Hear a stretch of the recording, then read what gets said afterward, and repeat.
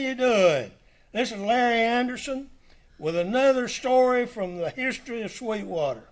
We have with us today Jessica Morgan, who is a Sweetwater City recorder. We have Hayley Isbill, who is a tourism director. And they are going to tell us about the time the world came to Sweetwater and it turned dark. This sounds like something out of the Twilight Zone. Go ahead, girls. Tell us about it. You're right, Larry. Thank it was you so straight much. out of the Twilight Zone. Thank you, Larry. Great. It was a great day. It was fantastic. August 21st, 2017. Sweetwater experienced 2 minutes and 37 seconds of totality during a total solar eclipse. Only one we've ever seen in our life. The only one. Larry, you've never seen another one. No. And another one won't come through our part of the country for 100 years or something. Not in our ridiculous. lifetime. Never in our lifetime again. So we found out about this because one day Dr. Hugh McCampbell, veterinarian here in town, came into Sweetwater and said he'd been reading the Farmer's Almanac and had been tipped off from one of his friends that Sweetwater was going to be dead center of a total solar eclipse, and it was a big deal that people would travel from everywhere to come. And thankfully, he told us about this probably 18 months prior. prior. 18 months ahead of time. Mm-hmm. So that was the biggest advantage for Sweetwater because Yeah. immediately we started planning, and one of our first steps was partnering with media. So Hayley, talk a little bit about our media partners and how much they contributed to the event. Well, our media partners were our biggest contribution in that they helped us get the word out to the community, to the public, to the people that were planning to come. And we just basically reached out to WBIR and said, hey, we want you to be our partner for this. We want you to come on board. And they had started talking about the eclipse. Mm-hmm. They'd already started talking The about day we it. called them, they had just had a Had a staff meeting. meeting. So Yes. it was such beautiful, perfect timing. It was meant to be. So they were a huge asset to us, and they were a great partner. They spent so much time preparing spots for us monthly to go on and talk about what we were going to do. What all did you do in those spots, Hayley? We did, let's see, we did a game show. I got to do the game show, which I won. Mm-hmm. I don't know if I really did, but I'm going to say that I did. Mm-hmm. They taught the moonwalk. So Heather Kirkland with Salt and Light Studios went up and taught a bunch of the news anchors how to do the moonwalk live. They were great. That so was we had fun. these monthly spots. Yes, and then- so they came to Sweetwater and did spots. Our local businesses decorated the windows because they judged a window decorating competition, and they were just great. I mean, they were definitely an advantage for us. Yeah. So much of our story is about preparation, and we're still, even years later, talking about the eclipse because of the impact it made on Sweetwater.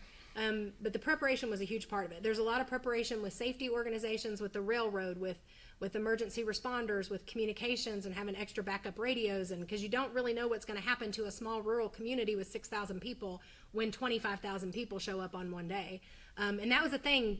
We had a festival that whole weekend before, but they really did just show up on that one day. That was when, because me and Hayley, we told all the news organizations, all three major news markets in Knoxville, because Knoxville and Chattanooga did not have totality and Sweetwater did. So everybody was driving here to this area. Nashville was the largest metropolitan city on the day of the eclipse that had totality. They were cloudy and overcast. So a lot of the Nashville crowd came our way because we had a great forecast and a beautiful day. Like the clouds parted. It was absolutely perfect.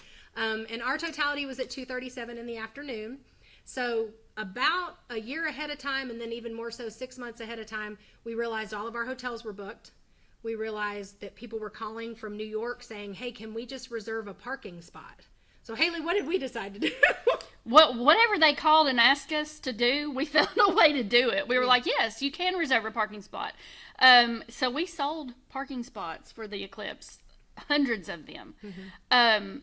We had to do things and get things that we had not even thought of, things that we didn't have already for safety. But, people would call us and say, is there any land that is available for me to put a tent on? And so we had to really coordinate with the community to pull off having the space to be able to do this. Like we had parking lots in town. We had parking lots at the interstate. We had land Shuttles. that people used to just be. They just wanted to come and see the eclipse. Right. So we read tons of articles leading up to the eclipse. Haley's we an read a excellent lot. researcher, so she did a lot of research into what do we need to do, and she found out things like we need to deactivate the street lights so they don't come on during totality. So she worked with the utility board to make sure that happened. I mean, like, just so many things like that to try and make it a quality experience. The churches in the community, they did such a wonderful job coming together. They were handing out bottled water because it was August. So and it was hot. so hot that day. And there were all these people just in the middle of Highway 11. They brought their lawn chairs, they Sitting, brought blankets, laying. they were just sitting in the middle of Highway 11. The railroad told us there was no way ahead of time that they would be able to stop the railroad traffic, that never happened, and they didn't do that. And this then guy they shows did. up. Oh, Jessica's best friend. Do you he remember showed his up name? at like 10 a.m. No, I wish I did. I bet we have it somewhere. He never smiled. No, did not smile. Like, we have pictures Did of not him like smile. this. He is very straight-faced. But then we did get a picture of him smiling. But tell him what they did the So day he of. parked his vehicle on the railroad tracks and said, as long as I'm sitting here, the train will not come through. So they stopped trains for hours in the middle of the day, which has never happened as far as I know.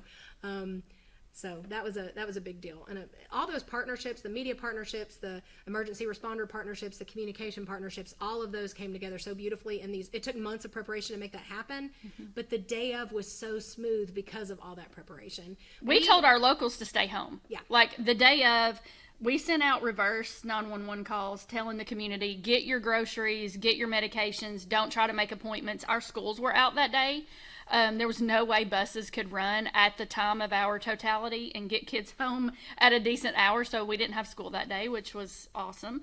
And we Totally all hands on deck too. Me and Haley Yeah. are the ones talking about it now, but it was hundreds So many of more people. volunteering, helping us, pulling things together, just doing amazing things. And then our businesses like made their own T-shirts and made their own. This was our this official was our- logo. Yes. Which these are the shirts that we sold, and between the shirts and the parking spots and some glasses, we sold over $90,000 worth of Eclipse-related material, and all of that got reinvested back into downtown. We paved a parking lot, we dedicated a clock, we leased land, we did all these things to make downtown better as a result of what we made off the Eclipse, and are so grateful to all those visitors for contributing. But these T-shirts, the day of, man, we wore This the white one, ones. the as white staff. It says event staff. on the back. Yeah. So we wore the white ones and we sold the black ones. Well, it was August. Everybody wanted the white ones. We should have made white ones to sell. Well, too. people wanted to buy the white shirts off of us that day. Why we didn't we got sell offered them? $200 for one of these shirts and we didn't sell them. I mean, I should have just given it to them. I mean, but It was a cool experience, though, because so many of the people that came. So we had people from how many different countries? 37 countries in all 50 states came here to Sweetwater, Tennessee. So a great variety of people. We were called here. them lovable weirdos. Because They there were. were some interesting. We've got great pictures. Alien of all this, too. enthusiasts. Star Wars fans. Yeah. You want to talk about Astral photographers. We had a special place for photographers to set up to where this huge, really expensive equipment wouldn't get knocked over by a kid running by. Talk about the coven. Yeah, we had a coven of witches that stayed in the Lost Sea that day because, and the numerologists loved this too, because our eclipse was 2 minutes and 37 seconds of totality at around 2:37 in the afternoon. So we had people who were interested in numerology that wanted to come and be in our spot because of that. A coven of witches stayed at the Lost Sea underground because they didn't want to be above ground during the eclipse. So there's so many different varieties of Yeah, people lots that of were diversity. here Most diverse in crowd. Sweetwater, in Not- Monroe County. Not Like, English speaking. We had people from all kinds of different countries, from Asia, from Europe, from Alaska, from Australia, from just all other parts of the world, far removed from Tennessee. and the cool thing was that they were here for something good.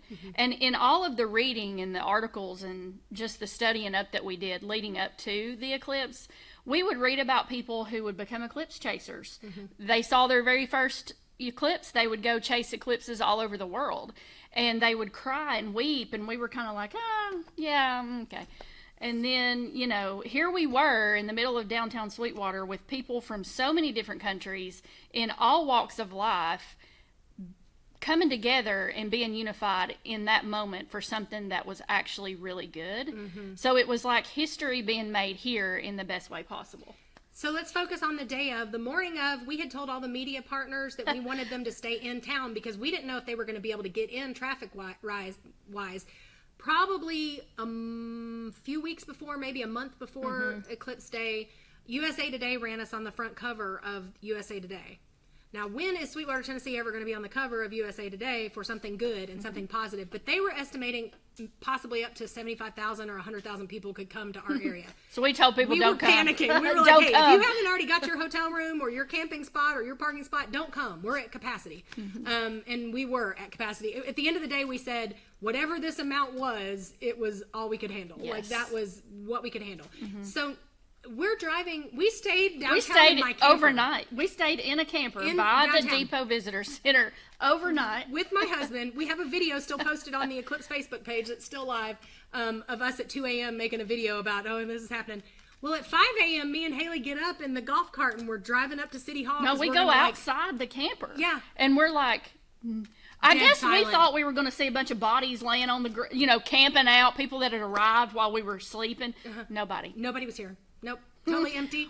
We There looked were at a each few other and we're cars like, in the parking lot with people sleeping in their cars. And Mr. Anderson, I think you had a couple people down at your store in the parking lot sleeping in their cars.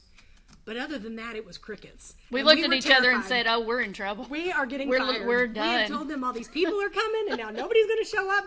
I mean, terrified. By the time we got going and it was about 9 a.m., they started coming in. And what was great was we had done all these pre-videos to help them prep, like to show them where the parking spots were and how they could drive in and all that. They did listen to us and they came in at different times. They didn't all just try and rush in right at totality because that would have been a disaster. But when the eclipse was over and totality was over, the line of traffic getting out of town was hours. So long. They were in standstill for hours.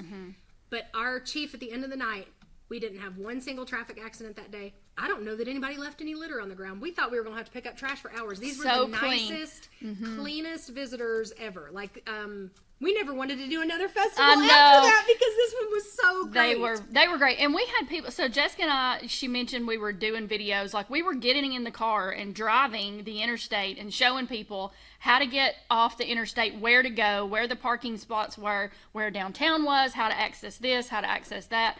And we were like, probably nobody's watching, probably nobody. It was Facebook. So that was about all we had at the time was Facebook.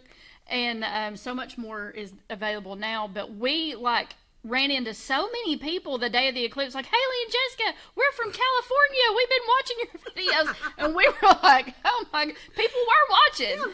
People were watching, which was great because it made the day so much more smooth and they were just so enjoyable. Nice. And they were everybody very was so nice. happy to be there. And it, like Haley was saying, it's such a unifying experience. And during totality, when they did that countdown and you're standing there with your friends and your community in the middle of this beautiful, historic downtown setting, and that totality happens and you hear the whole crowd gasp and everything goes silent and you hear the cicadas come out and creak. The temperature drops. The temperature gets cooler. It's obviously like twilight outside. I would go so far as to say it's a spiritual experience. It was everybody emotional. that was standing there, we just all, it was overwhelming. It was beautiful. And I want to see every total eclipse that I can for the rest of my life. Like, I want to go find them. So we were weeping in the streets. Some of us wept for weeks afterwards.